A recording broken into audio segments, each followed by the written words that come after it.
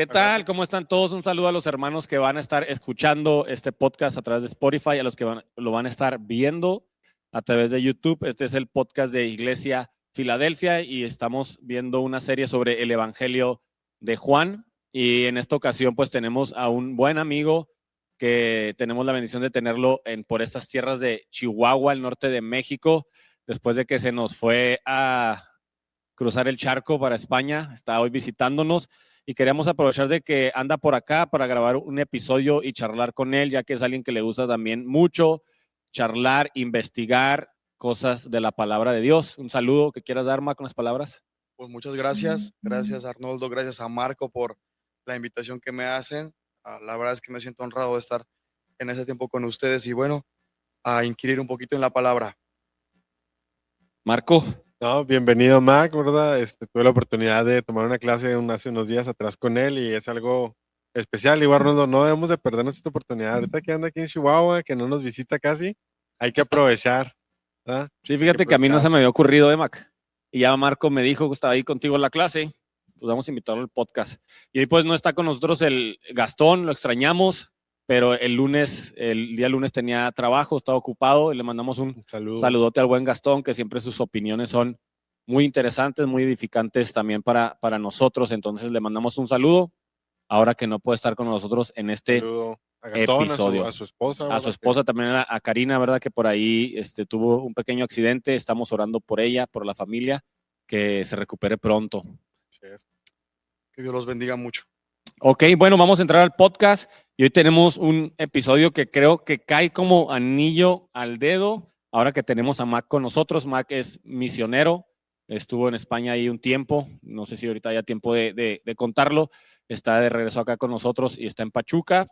Y Mac, pues, ha estudiado bastante y aparte ha practicado bastante esto de, pues, ir a compartir el evangelio con otras personas. Y este capítulo en especial del libro de Juan, creo que va muy relacionado con ello. Y algo que me llama la atención en los primeros versos, y este capítulo es muy famoso, aunque hay otras cosas que suceden en el capítulo 4 de Juan, pues creo que el acontecimiento principal o el más llamativo es el encuentro con la mujer samaritana. Y algo que me llama a mí la atención es que Jesús dice que tenían que pasar por Samaria, y ahorita vamos a ver alguna cuestión tal vez cultural de esta situación, pero Jesús ve la necesidad imperante de pasar por Samaria. Entonces, y después creo que va muy ligado, después de que se van a ir de Samaria, que Jesús les vuelve a reiterar a sus discípulos que también hay una necesidad de obreros. Entonces hay una necesidad de pasar por Samaria y hay una necesidad de obreros.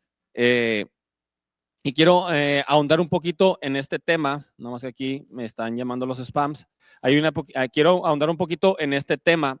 ¿Por qué? Porque Jesús, Mac, ve como una necesidad el pasar por un lugar que pocos querían pasar. Algo que me llama demasiado la atención. ¿Por qué? Porque para los discípulos era más fácil rodear. Para la mayoría de los israelitas, para ir a las fiestas que se celebraban en Jerusalén, pues tus 5 o 4 fiestas anuales, les era más sencillo rodear por una cuestión cultural y también por una cuestión de seguridad, ¿verdad? Ahora que estamos pasando por cuestiones de seguridad en nuestro país, creo que lo entiendo un poquito más. También se dice por ahí que los samaritanos eran un poquito hostiles con los judíos que pasaban por ahí. Y dicen que implicaba hacer ese viaje era también más tiempo, o sea, era un viaje más largo y aún así tomaban la decisión de... No, era más corto, ¿no? Por Samaria. Era más No, corto pero por Samaria. el que tomaban ellos, el rodear sí. Samaria era más largo. Claro, preferían rodear unos 5 días más de camino de viaje, más que por la seguridad, por el odio que había entre samaritanos y judíos. Era una cuestión cultural de un odio ancestral, en donde viene desde el tiempo de la muerte del rey Salomón, la separación del reino del norte y del reino del sur. Así que el odio entre los samaritanos y los judíos, el pueblo de Israel del sur y el pueblo de Israel del norte, había crecido con los años, con los cientos de años. Entonces, para este momento, los discípulos no quieren pasar por Samaria. Hay muchas ciudades en Samaria. Jesús elige una ciudad que no es muy grande, no es una ciudad capital, es una ciudad mediana, no es un pueblo pequeño, pero tampoco es una gran ciudad, Sicar. Y es ahí donde, bueno, sucede todo este evento del encuentro con la mujer samaritana. es importante entender el carácter de Cristo al decir, me es necesario. Bueno, el que lo está escribiendo es Juan, ¿no? Le era necesario. Porque él entiende que hay una necesidad en una cultura que es una cultura hermana. Podemos decir, en este caso, los españoles son una cultura hermana, pero justo en los últimos años nos hemos dedicado a romper nuestra relación, al menos gobierno con gobierno. México-España, no nos queremos tanto.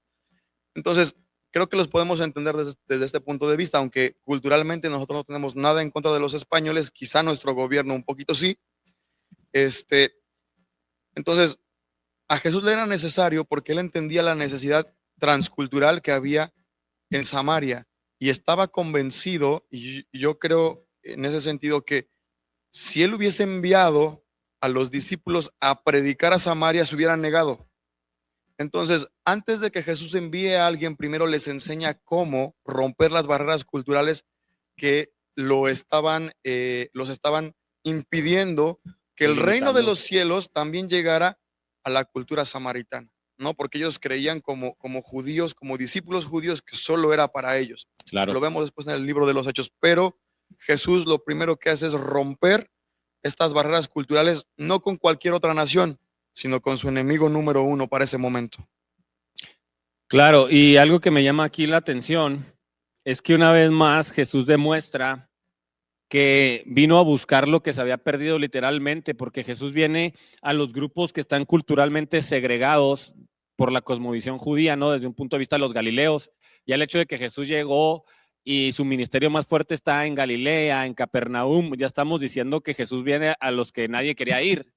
Y en el contexto de los galileos es porque tenían más relación con los no judíos, con los griegos, eran más impuros en relación con la pureza que tenían la grey o la crema innata de Jerusalén. Pero Jesús va más allá, no solamente llega a Galilea, sino que también va hacia los samaritanos, que era que había como unos sesgos culturales, por lo que tú ya dices, desde la época de los reyes y este enclave que sucede, ¿no? Que sacan a las 10 tribus de ahí y meten un enclave de no judíos, pues para conquistar ese territorio, y se empiezan a mezclar los dioses, las culturas y todo esto. Pero algo que yo quiero traer es cómo vemos el ministerio de Jesús y el establecimiento del reino enfocándose mucho en los segregados o exiliados culturalmente por nosotros como seres humanos.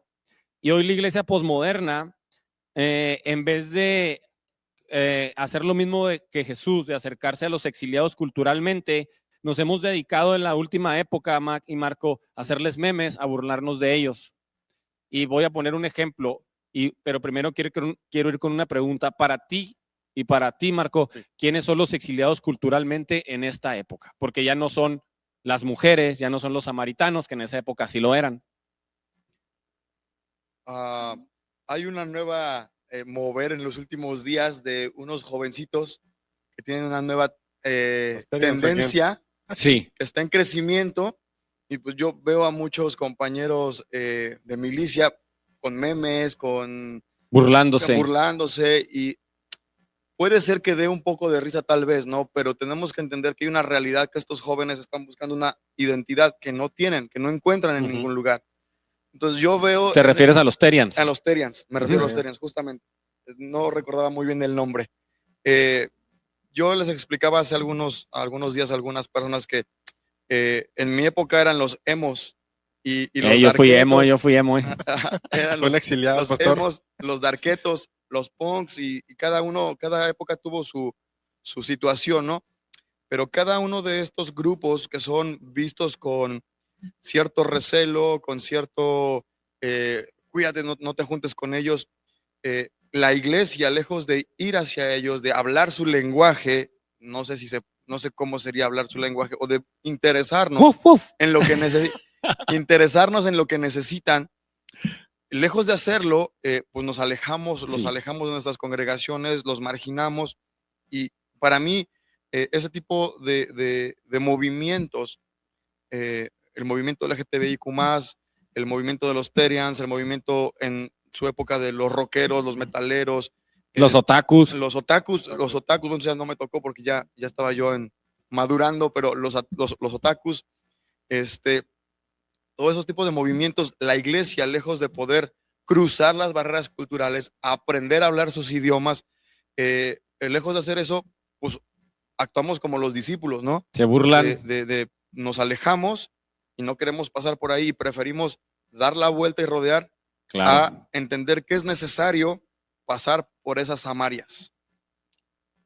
Yo considero también, hablando a lo mejor de movimientos, ¿verdad? Como el movimiento de los LGTB y más, creo que ese es uno de los que últimamente ha sido a lo mejor más como hecho a un lado, pero creo que hablando en cuestión cultura, en cuestión ciudad, creo que también hemos abandonado mucho las colonias pobres aquí en Chihuahua. O sea, vemos muchas iglesias que se están poniendo en puntos muy estratégicos, ¿verdad? Atreviéndose a soñar en puntos muy estratégicos, y eso es bueno porque el evangelio es para todo tipo de personas, pero creo que también viendo ya el desarrollo de la ciudad y viendo las colonias, ¿verdad? Que están un poco más marginadas, que están un poco más olvidadas, no solamente en cuestión de la iglesia, en cuestión de nosotros, sino por el gobierno, tanto municipal como estatal, siento que también ellos se están quedando. O sea, ya no hay tantas iglesias en las orillas y tampoco hay tantos valientes que queramos hacer algo en las orillas. Bueno, algo que a mí me llama la atención con este fenómeno de los Terians, que con todas las personas que se acercaron a hablarme a mí sobre este tema, lo hicieron desde un punto de vista negativo y despectivo. Y yo siempre me quedé pensando, dije, pues, ¿por qué? Simplemente porque ya tenemos un discurso manejado por las redes. Y lo voy a decir, por las redes, canales de contenido evangélico o contenido cristiano, porque muchos ni siquiera son evangélicos, ¿no?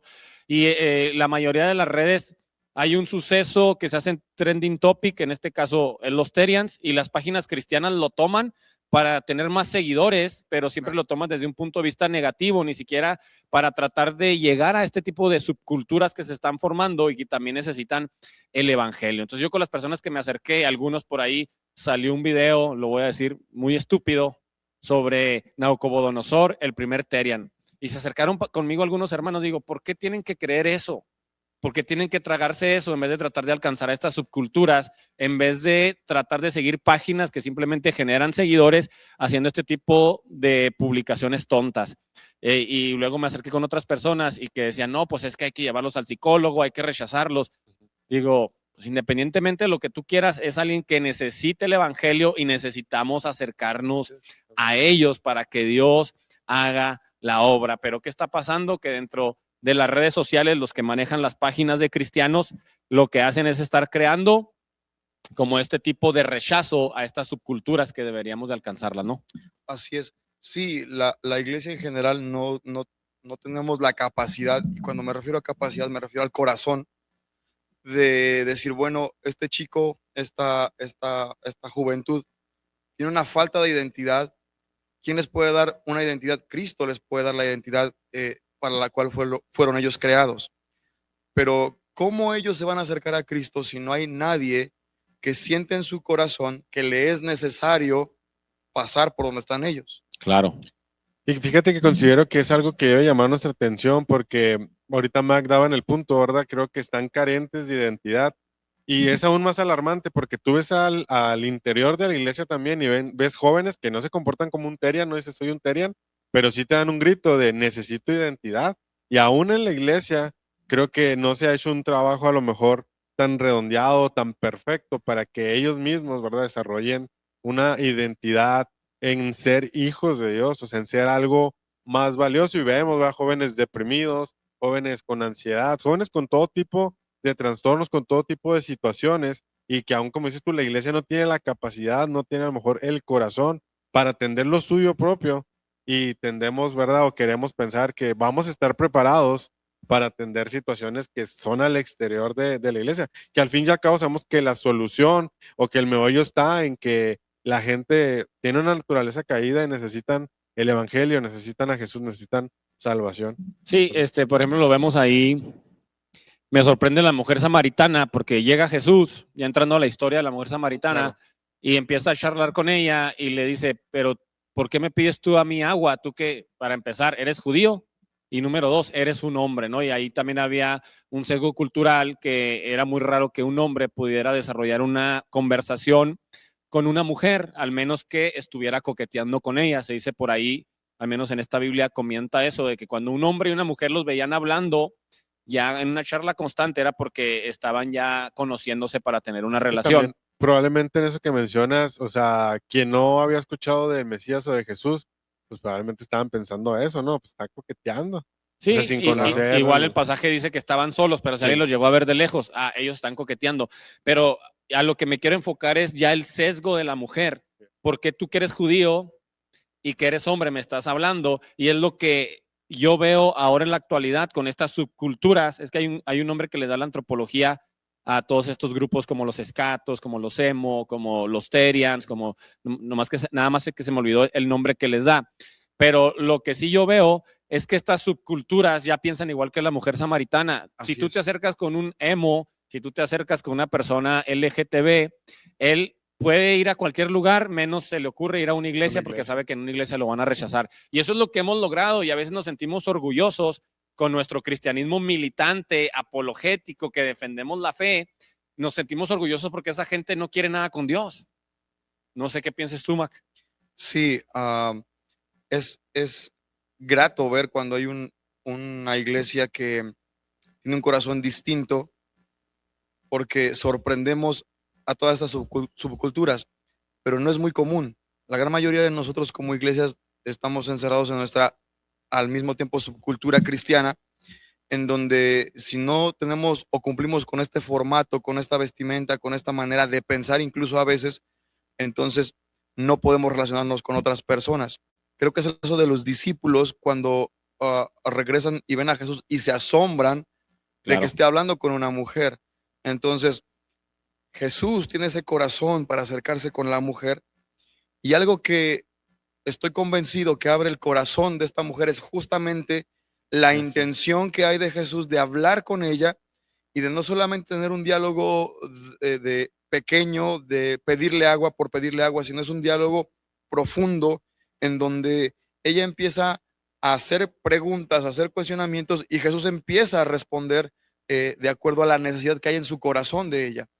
Entonces veo este aspecto importante, que cuando nosotros no solamente nos acercamos con un buen corazón hacia estas diferentes culturas, estas diferentes subculturas, no solamente hay que acercarse con un buen corazón, sino con una buena palabra de parte de Dios para ellos, que no sea solamente apapachadora, porque Jesús no solamente le apapachó, fue claro, fue contundente, pero al tener autoridad, las palabras que Jesús habla a la mujer la despiertan, la transforman, y ella anhela tener esos ríos de agua viva. Entonces, a veces hay iglesias con una buena intención, con un buen corazón, pero no tienen autoridad.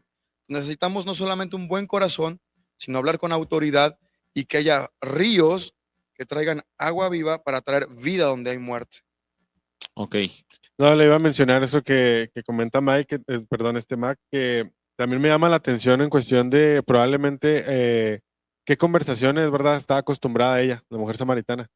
O sea que probablemente eso le llama la atención. O sea, este hombre no se ha acercado quizás con las propuestas que había recibido, pues tenía la moral poco desviada, por lo que vemos. Sino que Jesús entra en plática, como dice Mike, usando otro recurso totalmente diferente y le hace una petición. Probablemente nos da una luz de que también no eran las peticiones a las que está acostumbrada, como les digo, sino algo diferente. Y creo que nuestras culturas lo necesitan. Hemos intentado entender las culturas o las culturas suburbanas, como creo que es lo que te referías, de una forma antigua, ambigua, y creo que hoy es totalmente diferente. Hoy incluso lo vemos en el evangelismo, ¿verdad? Muy diferente a lo que recibimos quizás en un instituto bíblico, en una formación. Sí, presentarle la ley, han ofendido, obviamente, sabemos que han ofendido, que han transgredido la ley, ¿verdad? Que están mal con Dios, pero creo que sí tenemos que usar otro modelo, otra técnica para acercarnos a las personas, sobre todo esta cultura. ¿Verdad? ¿Por qué? Porque precisamente vemos culturas suburbanas muy golpeadas, y como dice, no solamente por la sociedad, no solamente por las mismas familias de quienes representan esas culturas o quienes son parte de esas culturas, sino también por la iglesia. Y creo que la iglesia, como agente de cambio, como agente de esperanza, debería ser el primero que debería tomar una postura diferente, ¿verdad? Una forma diferente al acercarse a estas subculturas, estas culturas urbanas que están naciendo, porque también vemos que nace una y al mes, a los 2 meses, tenemos otra. O desaparecen también. Sí. Hombre, los hemos son pocos. Aquí tenemos uno arriba ayudándonos en las cámaras. Es de los últimos hemos que queda. Saludos al buen Mike. Saludo al buen Mike. Pero algo que me llama la atención es como nosotros dentro del cristianismo hemos tomado discursos incluso de gente no cristiana, y yo no tengo nada en contra de escuchar a gente no cristiana, nos los hemos apropiado y los defendemos creyendo que estamos defendiendo la verdad, y lo voy a decir con todas las de la ley, que es, por ejemplo, Agustín Laje. A mí Agustín Laje, o sea, he leído 2 de sus libros, qué bueno lo que dice, muy interesante, pero creo que más que ayudar a la iglesia, ha hecho simplemente alimentar más esta narrativa de los discípulos, más que la narrativa de Cristo, de es necesario pasar por Samaria. La narrativa de Agustín Laje es Samaria es malo, ataca a Samaria porque es lo que tiene la sociedad mal. Sin embargo, Jesús vemos que confronta a la mujer samaritana y le dice, no está mal que seas samaritana, no está mal que adores en el monte Gerizim, lo que está mal es que no has nacido de nuevo y que eres una pecadora. Y creo que esa es la narrativa que tenemos que tomar como iglesia, ¿no, Mac? Claro, sí. Necesitamos hablar la palabra con autoridad y que sea contundente. No vamos a acercarnos a un debate, ¿no? A un grupo cultural con un debate, porque finalmente ellos tienen su propia manera de ver la vida y a lo mejor nunca vamos a ver la vida como ellos. Pero lo que sí compartimos todos los seres humanos es la necesidad de llenar el vacío en nuestro interior. Y el único que lo puede hacer es Cristo. Entonces, cuando la iglesia se acerca, muchas veces se acerca con muchos prejuicios. No se acerca con un buen corazón, se acerca para hacer más divisiones o para condenar. Jesús no se acerca para condenar, aunque claramente no le dice, estás muy bien en tu comportamiento. No, es claro, Jesús es claro. Y no culpa a la mujer, la hace reflexionar, porque cuando le pregunta por su esposo, no le pregunta cuántos esposos has tenido, le dice, trae a tu esposo, con una intención de que Jesús sabía que había tenido, porque él mismo lo dice. Y Jesús la conocía. Y la intención es de que ella misma haga un autoanálisis, una reflexión de su propia situación, y en su propia situación ella se ubique delante de Cristo. Sí. Entonces, nosotros muchas veces hacemos lo inverso. Primero condenamos el pecado, decimos lo mal que la gente está, y no está mal, pero cerramos el corazón. O sea, no estamos diciendo una mentira. Es cierto, vivimos en un mundo pecaminoso, pero cuando primero ofrecemos los ríos de agua viva y no condenamos el pecado, la gente entiende que nuestro mensaje es un mensaje de amor. Y la gente entonces, al recibir el agua viva, solita va a decir, no tengo marido. Y Jesús le dice, es verdad, porque 5 has tenido y con el que estás, y se confronta. Una vez que han recibido primero un mensaje de amor, ¿no? Seguramente, como decía Marco, cuando Jesús se le acerca de una manera distinta, con cariño, con amor, con un amor real, con un amor verdadero que busca que ella sea restaurada. Y no con un amor distinto, un amor quizá más erótico, más convenenciero. En ese sentido, como iglesia tenemos que representar el amor de Cristo. Primero, traer agua viva para que la gente tenga la oportunidad de decidir alejarse de su mala manera de vivir. ¿Algo que quieras agregar, Marco? No, o sea, solamente en cuestión ya del texto, me gusta mucho que a través del Antiguo Testamento vemos 3 episodios donde pasa algo parecido, ¿verdad? En cuestión, por ejemplo, de el siervo Abraham que encuentra a Rebeca en un pozo, y Isaac se casa con Rebeca. Y lo vemos también en Génesis 29, más adelante, 5 capítulos más adelante, Jacob encuentra a Raquel en un pozo, y ¿qué pasa? Igual se casa con ella. Vemos Éxodo 2, Moisés encuentra a la hija de Jetro en un pozo y se casa con Séfora.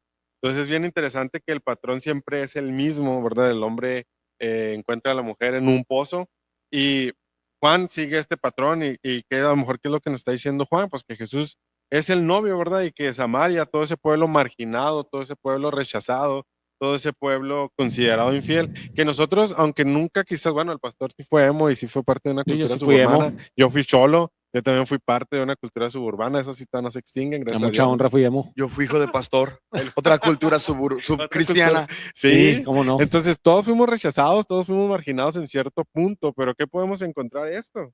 Que Jesús es el novio y los marginados, los despreciados somos los que es la novia que nada esperaba, ¿no? La renovación de un pacto, una nueva alianza, ¿en dónde? En el lugar menos esperado.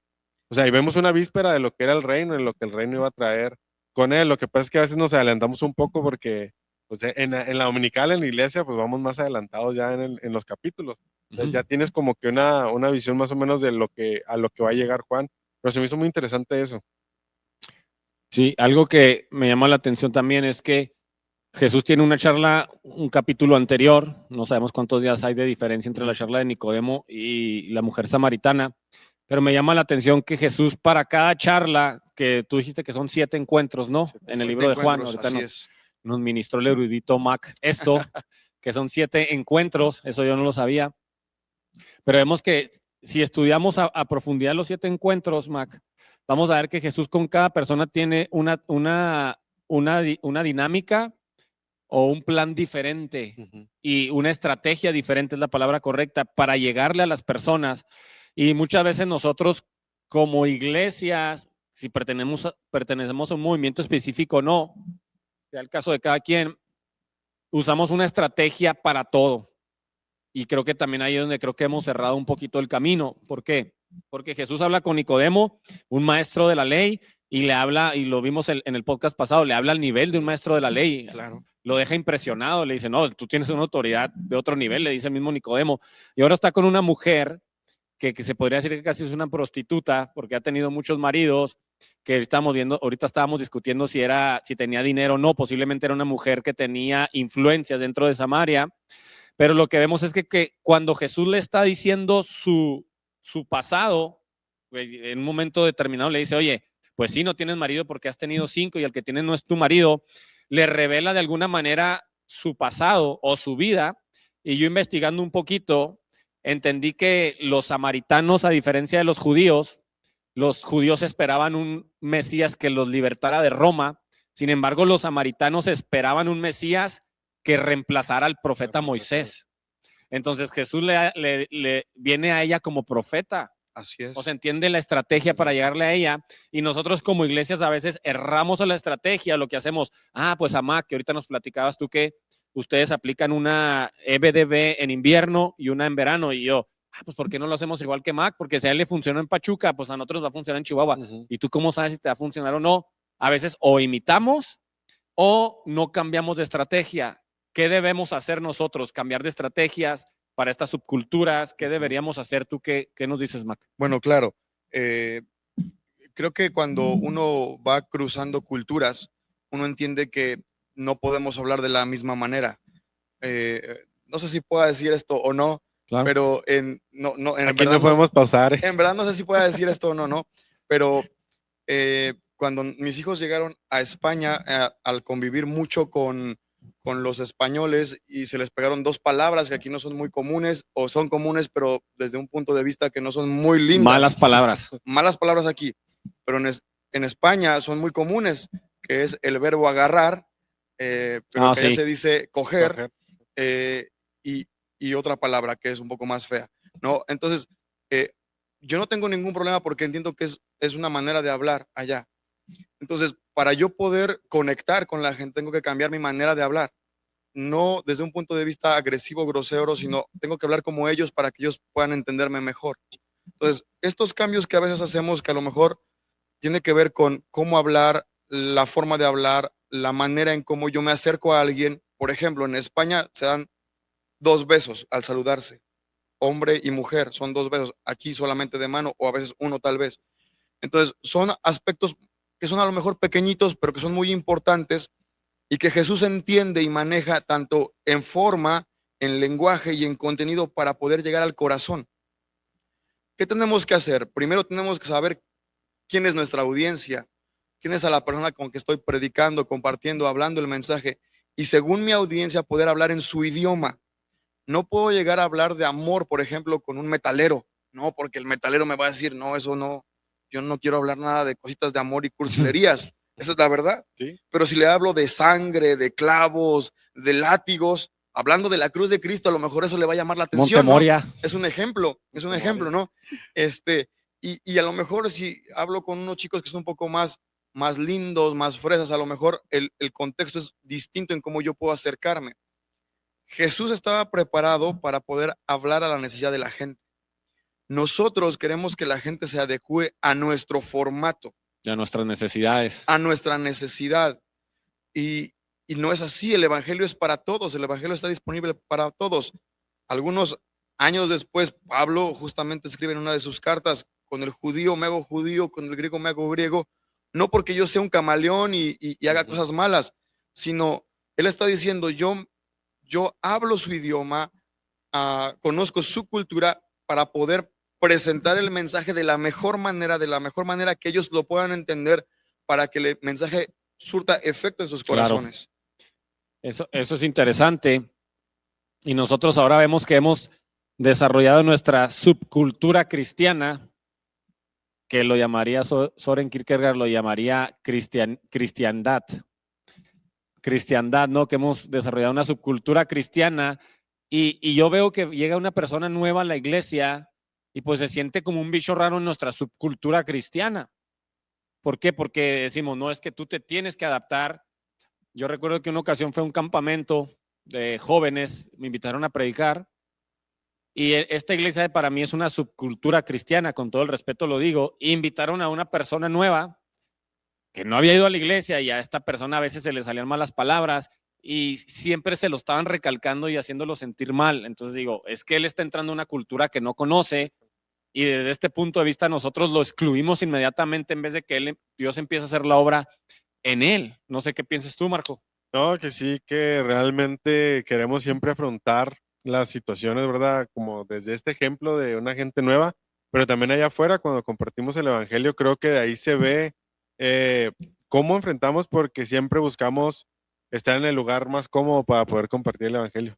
No sé si se han fijado en eso, o sea, nunca, aparte que no hay una intencionalidad por así verlo, no sé si me voy a explicar, sí, pero creo que siempre buscamos el momento preciso o propicio a nuestra forma. A nuestro favor. A nuestro favor para poder hacerlo. O sea, lo vemos en muchas cosas. Por ejemplo, a veces pensamos que el evangelio no es suficiente para hablarle a un rico o quizás para hablarle a un pobre. También, ¿por qué? Porque quizás no hemos entendido la riqueza que tenemos, pero en cuestión de cómo acomodarnos o de cómo hacerlo en medio de estas subculturas, creo que sí nos falta preparación en muchos aspectos, sobre todo en el aspecto de la palabra y en el aspecto de en qué creemos, pero también en saber que el recurso que tenemos es ilimitado y que podemos afrontarlo con cualquier persona, en cualquier espacio, en cualquier lugar, ¿verdad? Obviamente, como dicen, no condenando, no dándole latigazos a la gente, a excepción de que pues, ellos lo pidan, ¿va? O que, como dice Mac, que sea un rockero que le guste hablar de eso. O sea, pero digo, creo que hay muchas formas de hacerlo, pero creo que también nos hemos casado mucho con una forma, ¿no? Porque probablemente así es como a nosotros se nos enseñó, es como nosotros llegamos a la iglesia, ¿verdad? O sea, uno se acuerda cuando, no sé, hace 20 años atrás, 25 años atrás, cuando yo conocí el evangelio, pues lo veíamos, ¿verdad? Si no hablabas en lengua, si no te has bautizado, si oraban por ti no te caías, pues estabas en pecado. Pues terminabas cediendo todo esto, pero la realidad es que pues te seguías sintiendo bicho raro aunque tuvieras mucho tiempo en la iglesia, en el grupo de jóvenes, etc. Sí, yo creo que a la iglesia le falta lo que comúnmente se dice baños de pueblo, ¿no? Vivimos en nuestro castillo, en nuestra torre, y no conocemos a la sociedad. O si la conocemos, si conocemos a la sociedad, como decía Marco, les predicamos cuando el tiempo está a nuestro favor, cuando el lugar es propicio para nosotros, pero no vemos gente predicando en sus trabajos, en sus iglesias. Habrá quien sí lo hace, en sus escuelas, con sus vecinos. Hay vecinos que no saben que eras cristiano, sí, y eres el vecino malo de la colonia, ¿no? Eres lamentablemente, o sea, esa es una realidad que tenemos en el cristianismo fundamentalista o fundamental, como lo quieran llamar, que somos unos inadaptados sociales, esa es la realidad. O sea, tú ves el que aquí en la iglesia es bien radical y es el que dirige la alabanza y es el que hace todo aquí en la iglesia, en la universidad o en la prepa no habla con nadie. O si habla con alguien es para saludarlo, pero saliendo de la escuela no tiene amigos. Todos sus amigos son en la iglesia. Y esa es la cultura que hemos desarrollado a tal punto que vemos que eso es lo correcto y el tener amigos allá afuera es incorrecto. Y ahora, los pocos que cruzan la barrera y hacen amistades fuera de la iglesia, pues terminan haciéndose como los del mundo. Sí. O sea, no hay un balance. O somos unos inadaptados sociales o nos vamos y nos revolcamos en el lodo con ellos. Peor aún, creo que también nos ha llevado a que hay mucha gente doble cara en la iglesia. También. O sea, hay gente que dice, pues es que en la iglesia tengo que ser uno y allá afuera soy otro, y al fin y al cabo se decanta la gente por lo que más le gusta, y pues la verdad que lo que más le gusta que es, pues la vida de afuera. Y la belleza de este pasaje es que precisamente Jesús, no importa con quién hable, si habla con un teólogo de alta universidad, reconocido, un teólogo con un doctorado en teología como lo era Nicodemo, o habla con una mujer de mala reputación, sin importar su economía, de mala reputación, no importa con quién habla, Jesús mantiene su autoridad, mantiene su identidad, mantiene el mensaje que tiene en su garganta, ¿no? Que grita a los cuatro vientos. Y eso es algo que la iglesia necesita tener. Identidad, saber quiénes somos como iglesia, saber lo que predicamos y predicarlo con autoridad. Cuando eso sucede en una iglesia, entonces no importa quién tienes enfrente, siempre la palabra va a hacer efecto, un efecto positivo. Y lo vemos, ¿no? Porque es ella quien, si Jesús no le dice, oye, ve, diles allá quién soy. Claro. Y esa es la belleza que a veces tenemos. Departamento de evangelismo, departamento de esto, departamento de lo otro, pero cuando realmente hacemos lo que tenemos que hacer, la misma mujer samaritana fue y empieza a dar testimonio de quién es Jesús. Y dicen, vengan a ver a un varón, a un hombre que me ha declarado, que me ha profetizado, conoce mi vida y ahora no soy la misma de en la mañana, he cambiado porque ahora lo que él me dijo, que ríos de agua viva fluirían a través de mí, es lo que estoy haciendo ahora. Y vemos el resultado, ¿no? El resultado del carácter de Cristo aplicado a la mujer samaritana, una mujer pecadora, que había tenido 5 maridos, con el que estaba no era su marido, probablemente vivía en amaciato, en concubinato, y con todo y eso, viene marginada por Sicar, y a Sicar viene y les predica de Jesús, y entonces la gente cree en Jesús por el testimonio de esta mujer, y se queda Jesús y los discípulos varios días predicando y enseñando. Entonces, tenemos mucho que aprender en ese sentido, porque sí hay muchas cosas negativas que probablemente la iglesia esté practicando, pero la belleza de este pasaje nos guía a caminar y a ser como Jesús. ¿Para qué? Para poder impactar nuestra ciudad. Sí, por ejemplo, aquí yo veo que Jesús habla con una mujer y samaritana, pero Jesús no veía... Jesús no tenía problemas desde un punto de vista ideológico. Está prohibido hablar con esta mujer, no lo voy a hacer. Jesús tampoco tenía problemas culturales. Es samaritana, entonces mi cultura me dice que no me voy a acercar a ella, sino que él pasa estas barreras ideológicas y estas barreras culturales de su tiempo para poder llevar el mensaje del reino a esta mujer. Sin embargo, vemos que también esta mujer no fue tan fácil. Esta mujer pone sus barreras. Claro. Pone sus barreras. ¿Por qué me estás hablando a mí si tú eres hombre, si tú eres judío? Y luego también pone su barrera religiosa. Oye, pero se debe adorar aquí, en este monte, en el monte Gerizim, pero ustedes dicen que allá. Entonces, también Jesús sobrepasa estos obstáculos que a veces las iglesias nos desanimamos. Y a mí me ha pasado, no, vamos a evangelizar o voy a alcanzar a estas personas. Yo ayer lo mencionaba con el pastor Samuel Acosta, que vino a predicar aquí con nosotros, y él decía que pues él va al gimnasio y dice que sus 3 entrenadores, él tiene entrenadores personales o que le dan entrenamientos personalizados, dice, mis 3 entrenadores ya van a la iglesia. Dice, yo los evangelicé con mi puro ejemplo y porque esa gente tiene necesidad. Yo le dije, oiga, pastor, yo por ejemplo soy ciclista y me junto con muchos ciclistas no cristianos y no he podido traer a nadie a la iglesia, no he cruzado esas barreras porque también no es tan sencillo. Qué mal, ¿no? Me dicen pastor y me respetan, pero no he cruzado esas barreras tal vez porque no es tan sencillo también hacerlo, pero debemos hacerlo. Pero tú hablas su lenguaje y es una ventaja que tienen y que cada uno en la iglesia debe entender que hablamos un lenguaje, el lenguaje de ellos, los estudiantes de los estudiantes, los ciclistas de los ciclistas, los cocineros de los cocineros. Tú hablas el lenguaje. tú me dices una bicicleta y ni me acuerdo cuándo fue la última vez que me subí a una bicicleta. Ni yo. Esa es la verdad. No, pero tú hablas lenguaje biker o no sé cómo sea el mote, Claro. ¿no? Tú hablas ese lenguaje y puedes conectar rápidamente con ellos. Lo mismo el maestro, lo mismo el chef, lo mismo lo que hagas, lo que te gusta hacer. Es decir, sí conocemos el lenguaje de la gente.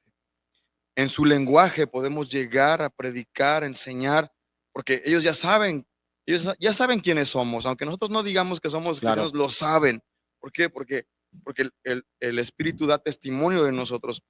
Entonces, sí es muy importante que aprovechemos el lenguaje que nosotros conocemos en la vida diaria para cruzar estas barreras. Sí, y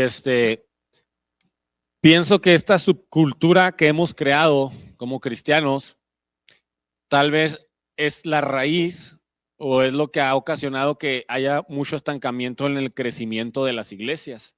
¿Por qué? Porque yo lo que veo en nuestra iglesia, que las personas nuevas son las que traen gente.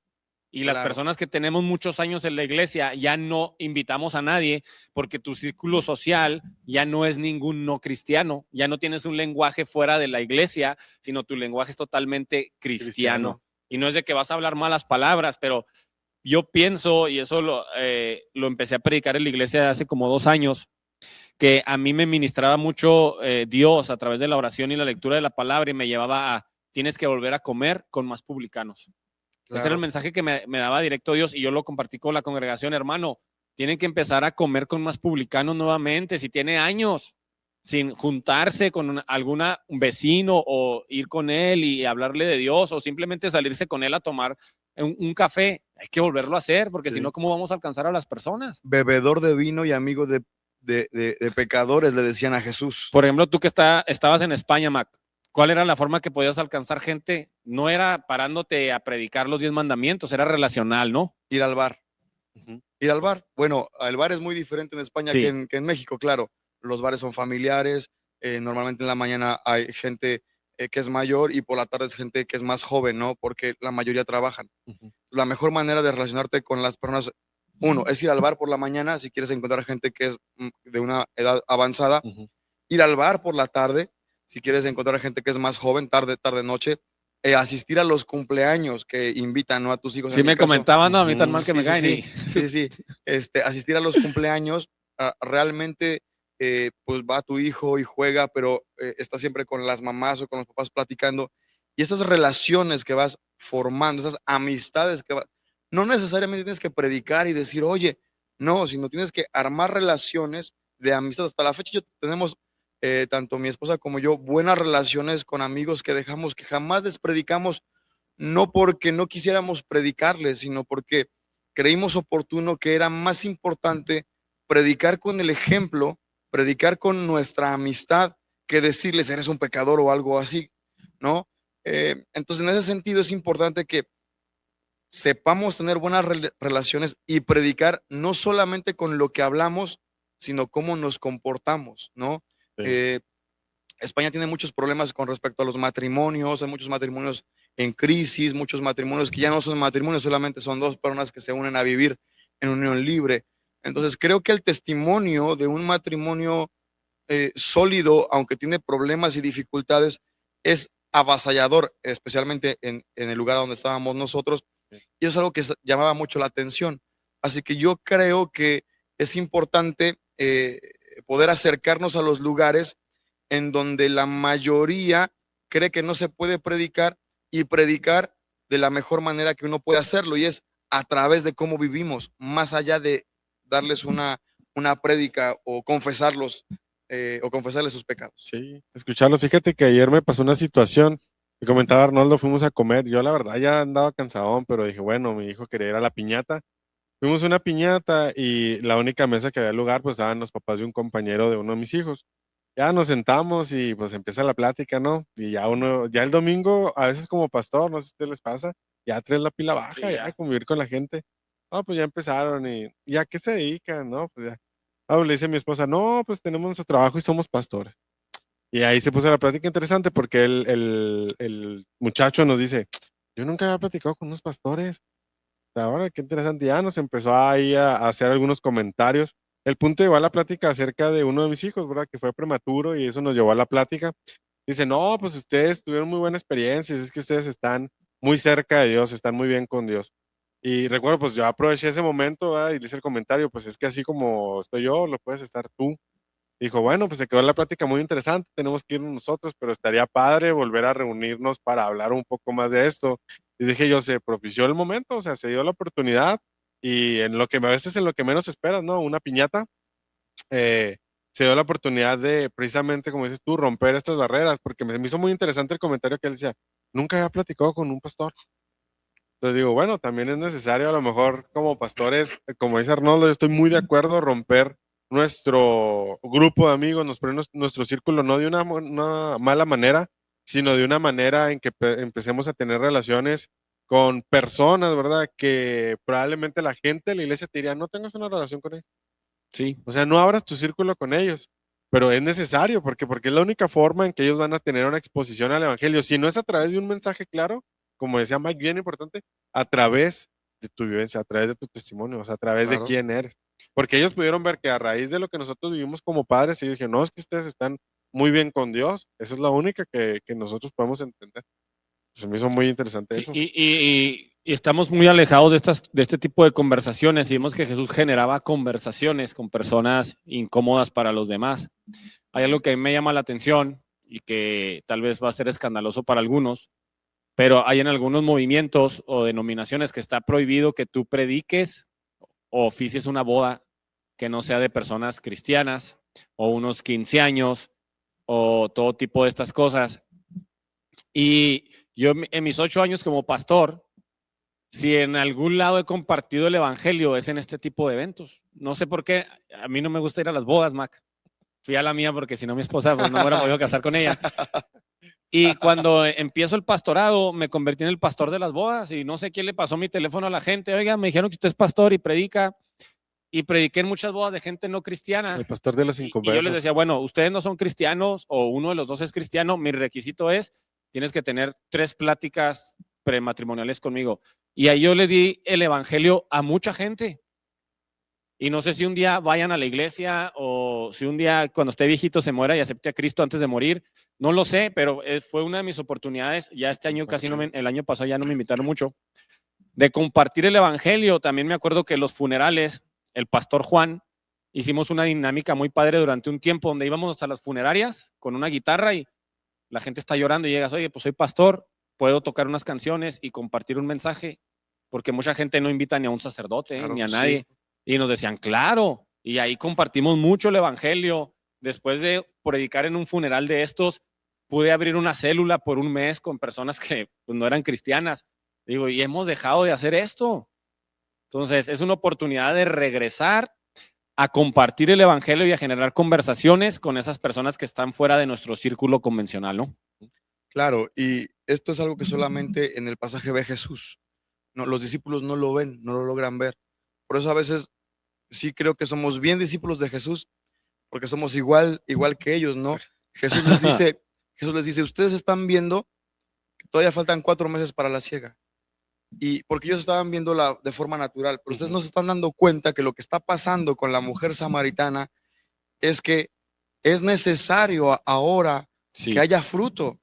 Entonces, eso es importante entenderlo, ¿no? La gente hoy, con todo lo que está sucediendo, la violencia que estamos viviendo en México, los problemas económicos que estamos viviendo en este país, la gente está con una necesidad espiritual de Dios, lo necesita.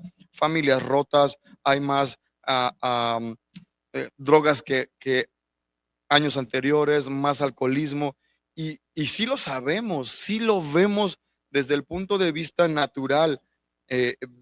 Conocemos, seguramente cualquiera que me escuche conoce por lo menos un matrimonio que se está destruyendo, un niño que no tiene papá o que no tiene mamá, es decir, lo conocemos, vemos la necesidad, pero somos como los discípulos, vemos de manera natural. Sí. Y Jesús dice, ¿no se dan cuenta que la gente necesita la palabra y solo predicarles la palabra?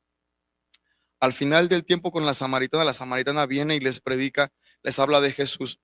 Y y le creen a la samaritana, pero después la misma gente le dice a la samaritana, ya no creemos solo en tus palabras, sino que nosotros hemos escuchado directamente las palabras de este varón, de Jesús. Entonces yo creo que es necesario que como iglesia, como corporación, como cuerpo de Cristo, a eso me refiero con corporación, como cuerpo de Cristo, tengamos los ojos bien abiertos, entendiendo que los campos están listos. Voy a decirlo así, que Chihuahua está listo para la siega y que es necesario tener obreros en la mies. Claro. Sí, eso es muy importante. Todo lo que está pasando, ¿no? Conforme se ha multiplicado la maldad, dicen, pues también va a sobreabundar la gracia. Así es. Y ahorita estamos en momentos de una maldad álgida, entonces es momento que la gracia sobreabunde. Y me llama mucho la atención algo que leí aquí en esta Biblia, cuando dice que se quedaron 2 días más. Entonces dice Christ Skinner, los discípulos no solamente tuvieron que compartir el evangelio, sino tuvieron que dormir con samaritanos, tuvieron que comer comida de samaritanos, comer con ellos, compartir la mesa con ellos. Entonces, para un judío eso era algo totalmente impuro, porque un judío que hablaba con un samaritano tenía que ir a hacer un ritual de purificación, un mikvet, ¿no? De lavarse. Dice, y Jesús va más allá, no solamente les dice, háblenles, vamos a ir 2 días a estar con ellos conviviendo. Se encargó de que aprendieran bien la lección. Se encargó de que aprendieran bien la lección. Y me llama mucho la atención también un pasaje que me gusta mucho del libro de Ezequiel, cuando Dios manda a Ezequiel con los exiliados, y les dice, siéntate con ellos, y dice que Ezequiel se quedó atónito 7 días al ver el caos, la necesidad de sus compatriotas en Babilonia. Y nosotros creo que necesitamos salir un poquito de nuestras 4 paredes, de nuestra burbuja cristiana, estar ahí un poquito con esas personas y entender, eso es lo que ellos están pasando. Ellos necesitan de Jesús, ellos necesitan el evangelio. Lo acepten, lo rechacen o no. Me gusta mucho lo que Mac nos enfatizó una y otra vez, es dar la palabra y la palabra va a hacer su efecto. Así es. Sí. Creo que la característica más potente de Jesús al ser maestro es que enseña como quien tiene autoridad. Y eso era la gran diferencia entre él y cualquier otro. Sí.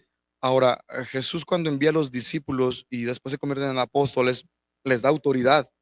Nosotros como iglesia tenemos autoridad, pero a veces la falta de conocimiento, la falta de preparación, la falta de santidad nos evita o nos hace que nos perdamos de predicar, de compartir, de enseñar con autoridad.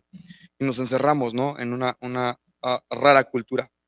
Pero mi intención o mi consejo, mi palabra, si pudiera dar alguna, es precisamente rompe las barreras culturales, atraviesa las barreras culturales con un mensaje que no sea de condenación, es un mensaje de salvación, de esperanza, de transformación.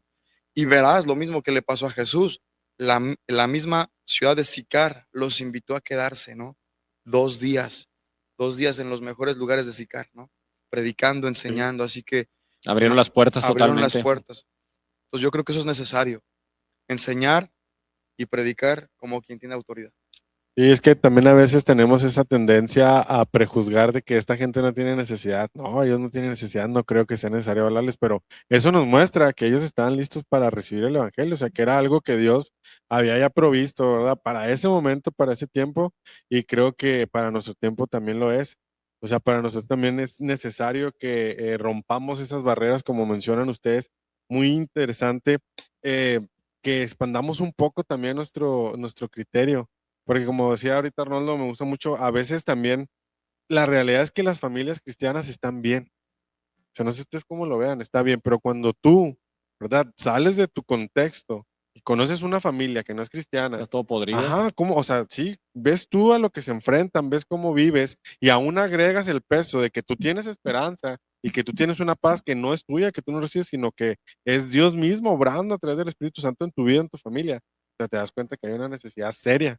Pero necesitas salir de eso, porque si aquí vas en familia cristiana, siempre todo va a ser probablemente miel sobre hojuelas. Siempre todo va a estar bien, siempre vas a haber provisión, siempre vas a ver algo bueno en ellos. Pero cuando tú te animas, ¿verdad?, a salir de tu contexto, a salir de esta subcultura cristiana a las culturas demás que están allá afuera, que son urbanas, te das cuenta de que tienen una necesidad grande y que incluso a nosotros como cristianos, a lo mejor me incluyo o lo hago por mí, se nos ha olvidado que tiene necesidad. Y lo vemos ahorita porque probablemente lo que podemos esperar, ¿verdad? Es una ola de violencia.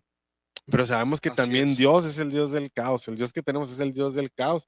Hoy los agentes que Dios está esperando es que nosotros seamos, no como los discípulos que probablemente tuvieron que quedarse tanto tiempo para entender el propósito, para entender la lección, sino que nosotros podamos ver, no el ejemplo de los discípulos, no el ejemplo de cada uno de ellos, sino el ejemplo de Jesús, ¿verdad? Un maestro, ¿verdad? El Hijo de Dios, Jesús, que rompía toda barrera cultural para acercarse con una premisa que era que las buenas nuevas, el evangelio, la esperanza que hoy nuestro mundo necesita. Sí, me gusta mucho eso de la autoridad de Jesús. Lo veíamos también en clases anteriores, ¿verdad, Marcos? La semejía, ¿no? Que era en hebreo, la semejía. Cada maestro tenía que tener autoridad y todos reconocieron que la autoridad de Jesús era la máxima. No había otra autoridad como la de Jesús. Y a veces nosotros no nos la creemos. Si llegamos a salir a las calles o llegamos a relacionarnos con gente no cristiana, pues lo hacemos desde una postura mendigante, como que pues yo soy el cristianito. No, Dios te ha dado autoridad. Sí, la autoridad para declarar la palabra, para establecer el reino, y hay que creernos esto. El año pasado me acuerdo que Gabo y yo llegamos a un acuerdo que íbamos a orar por la gente, que no, si andas en la calle y ves a alguien, hay que orar por él.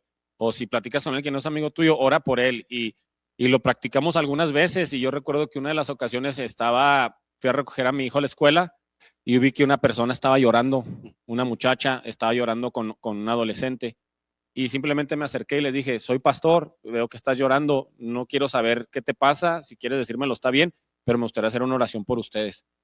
Y yo pienso que hasta con esos detalles, pues es algo bien radical en este tiempo donde nadie se acerca y quiere orar por ti. Así es. O sea, si no te gusta hablar, ¿no? Si no te gusta decir Cristo te ama, acércate con tu vecino, me gustaría hacer una oración para que le vaya bien este año en su empresa, en su trabajo, con su familia, y te aseguro que el 99% te va a decir, está bien, nadie te va a correr, muy pocos te van a decir que no. Entonces, hasta de esta manera podemos hacer la diferencia. Pero bueno, ya para ir cerrando este podcast, que ya se nos fue casi la hora, muy interesante el tema, la charla con Mac, que tuvimos la bendición de tenerlo hoy con nosotros. ¿Algo que quieran agregar, un comentario final, Mac, Marco? No, acerca de eso, ahorita me venía un pensamiento acerca de lo que hablabas. Creo que también es lo que te digo, que a veces sí estamos inmersos, ¿verdad? Es algo raro. Pero creo que, por ejemplo, la cultura afuera o la cultura general que vivimos, al menos aquí en Chihuahua, es una cultura como indiferente, no sé si te has fijado.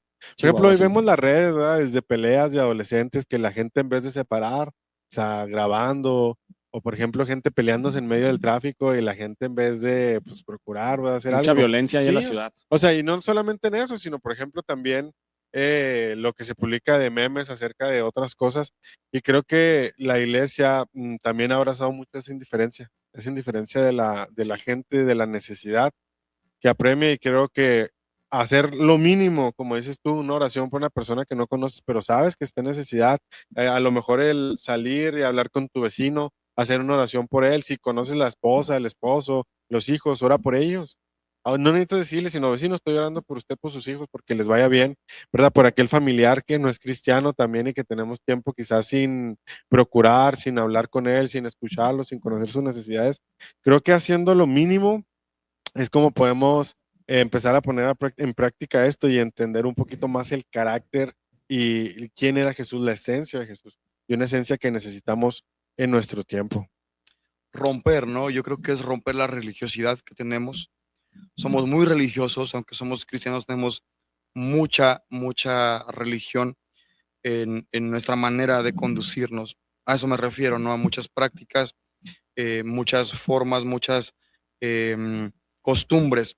Y creo que lo más sano al observar a Jesús rompiendo las barreras culturales, rompiendo las barreras de la religión judía que había en aquel entonces, no hizo mucho. Empezó con un dame de beber.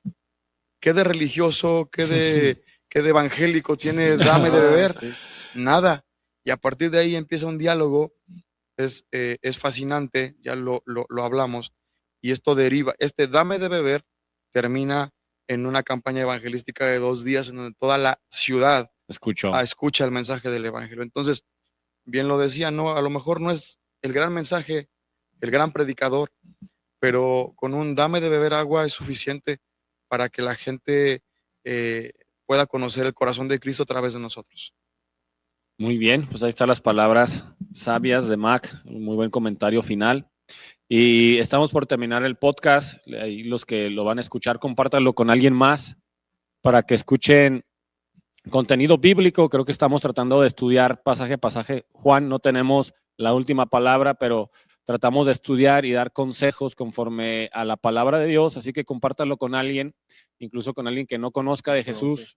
Pues también puede que ahí lo escuche y algo pase en su vida. Entonces, gracias por estar una vez más con nosotros. Por ahí va creciendo un poquito más la comunidad. Este es nuestro 4º episodio y creo que vamos bien. La iglesia está motivada con lo que estamos haciendo. Otros amigos míos que no son de la iglesia me han hecho buenos comentarios acerca del podcast. Entonces, estamos en Spotify como Filadelfia MX, en YouTube como Filadelfia MX. Y muchas gracias. Que Dios les bendiga. Gracias, Mac. Nos vemos. Gracias, Mac.